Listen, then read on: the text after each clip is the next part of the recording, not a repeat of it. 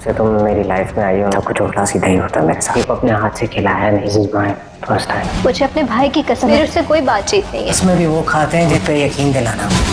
Hello friend, मुकद्दिस वापस अपने घर तो आ गई है और इसे लगता है कि शायद आरेज के दिल में इसके लिए थोड़ी सी नरमी पैदा हो चुकी है, क्योंकि आरेज ने इस खुलानामे पर साइन नहीं किए थे। लेकिन इसे अभी तक ये इल्म नहीं है कि आरेज ने तो इस खुलानामे को खोल कर देखा ही नहीं था। वो तो अभी भी ये समझ रही थी कि आरेज के दिल में इसके लिए जगह मौजूद है, तभी तो इसने साइन नहीं किए थे। और इसे घर में वापस लाने के बावजूद इसके तकब्बुर में कोई फ़र्क नहीं आया था, क्योंकि वो जानती है कि वो इतनी जल्दी अपनी अना को गिराने वाला नहीं था। मुकद्दस ये भी नहीं जानती कि आरेज ने हालात से समझौता करते हुए सिर्फ अपनी बहन का घर बचाने के लिए अपने रिश्ते को एक और मौका दिया था। वो तो बस इस बात से खुश थी कि आखिर आरेज के दिल में इसके लिए जगह बन ही गई थी, मगर वो इस पर जाहिर नहीं करना चाहता। तभी जब आरेज इसे कहता है कि इसने सिर्फ हालात से समझौता करते हुए इस रिश्ते को निभाने का फ़ैसला किया है, वरना इसे इसमें कोई दिलचस्पी नहीं है, तो मुकद्दस ने भी अपनी अना को कायम रखते हुए इसे जवाब दिया था कि इसे भी इसके साथ रहने का कोई शौक़ नहीं है। वो भी हालात से समझौता करके वापस आई है। इस तरह दोनों के दिल में एक दूसरे के लिए मोहब्बत होने के बावजूद इसे जाहिर नहीं करना चाहते थे। दूसरी तरफ आरेज भी ये नहीं जानता था कि मुकद्दस खुलेनामे पर साइन कर चुकी है, इसीलिए तो वो खुश था कि वो इतना कुछ होने के बावजूद इसके साथ आने के लिए तैयार हो गई थी। अब आरेज और मुकद्दस आहिस्ता आहिस्ता एक दूसरे के करीब आने लगे थे और मुकद्दस तो आरेज के इस बदलाव से बहुत खुश भी थी। अब तो आरेज की माँ ने भी इसे दिल से कबूल करते हुए बहू के बजाय बेटी मान लिया था। घर की फ़िज़ा काफ़ी खुशगवार होती जा रही थी। ये सब देखकर आरेज भी खुश था। वो दिल लगाकर अपने ऑफिस के काम को संभाल रहा था और घर की जिम्मेदारियों को भी पूरा करने की कोशिश कर रहा था। मुकद्दस भी घर के हालात को सुधारने के लिए जॉब शुरू कर देगी, मगर मायरा को मुकद्दस का वापस आरेज के घर आना बर्दाश्त नहीं होगा। वो अब इसको भी भड़काएगी कि वो अब तक खामोश क्यों बैठा है। अगर इसकी जगह वो होती तो कभी पीछे ना हटती, और अब भी वो इतनी आसानी से आरेज को किसी और का नहीं होने देगी, और आरेज को हासिल करने के लिए वो किसी हद तक भी जा सकती है। और आबिस जो पहले ही मायरा की बातों की वजह से बहुत अपसेट था और अपनी माँ से भी साफ कह चुका था कि वो मुकद्दस को हासिल करके रहेगा।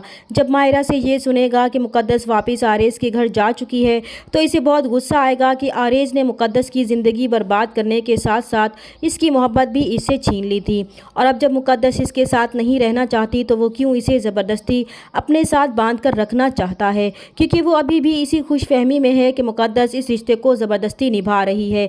इसलिए अब वो बाकायदा माहिरा के उकसाने पर इसकी प्लानिंग के मुताबिक आरेज और मुकद्दस के दरमियान गलत फहमियाँ पैदा करने की कोशिश करेंगे ताकि इन दोनों को अलग कर सकें। दूसरी जब मुकद्दस आरेज को यूएसबी देकर वापस जा रही होगी तो इसका एक्सीडेंट हो जाएगा, जिसकी वजह से मुकद्दस के बाजू और हाथ पर काफ़ी चोटें आएंगी। तो मुकद्दस आरेज को फ़ोन करेगी तो वो अपनी मीटिंग छोड़कर फ़ौरन इसे हॉस्पिटल लेकर जाएगा और इसकी ट्रीटमेंट करवा कर इसे घर लेकर आएगा और बहुत अच्छी तरह इसकी केयर करेगा। तो मुकद्दस भी आरेज को अपने लिए परेशान देखकर बहुत खुश होगी। वो इसका शुक्रिया अदा करेगी कि इसकी वजह से इसने अपनी इतनी अहम मीटिंग छोड़ दी थी। तो आरेज इसे जवाब देगा कि वो इसकी बीवी है और इसका फ़र्ज़ है कि वो इस मुश्किल में इसकी मदद करे, इसलिए वो बस अपना फ़र्ज़ निभाने की कोशिश कर रहा है।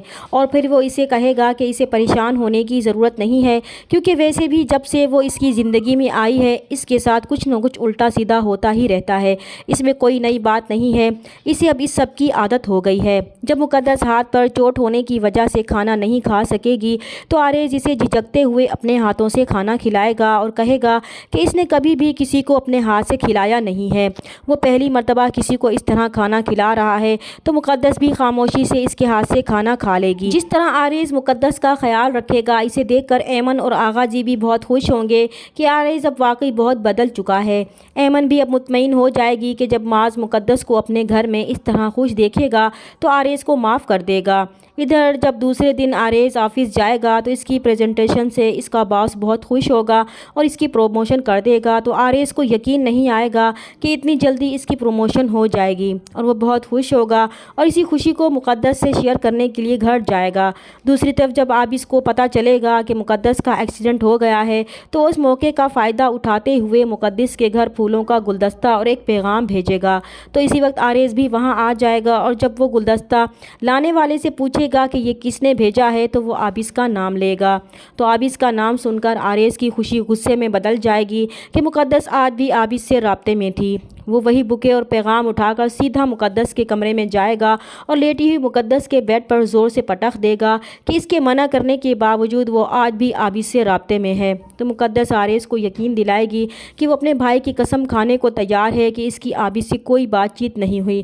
تو آریز اسے کہے گا کہ پھر عابس کو کیسے پتہ چلا کہ اس کا ایکسیڈنٹ ہوا ہے، اس لیے اسے جھوٹ بولنے کی ضرورت نہیں ہے، کیونکہ قسمیں بھی صرف وہی انسان کھاتا ہے جسے اپنے جھوٹ کا یقین دلانا ہوتا ہے۔ آریز کے دل میں مقدس کے لیے ایک بار پھر بدگمانی پیدا ہو چکی تھی۔ وہ مقدس کی کوئی بھی بات سننے کو تیار نہیں ہوگا تو مقدس بہت پریشان ہو جائے گی کہ وہ آریز کی بدگمانی کو کیسے دور کرے۔ بڑی مشکل سے تو ان کی زندگی میں سکون آنے لگا تھا۔ اسے عابس پر بہت غصہ آئے گا کہ وہ ایسی حرکتیں کیوں کر رہا ہے، مگر اسے کیا معلوم کہ عابس اور ماہرہ ان دونوں کو الگ کرنے کے لیے ہی تو یہ سب کر رہے تھے۔ اب دیکھنا یہ ہے کہ مقدس اپنے رشتے کو بچانے کے لیے کیا کرتی ہے۔ کیا وہ آریز کے دل سے بدگمانی نکال پائے گی؟ چینل پر نئے ہیں تو پلیز چینل کو سبسکرائب کر دیں۔ ملتے ہیں نیکسٹ ویڈیو میں، تب تک کے لیے اللہ حافظ۔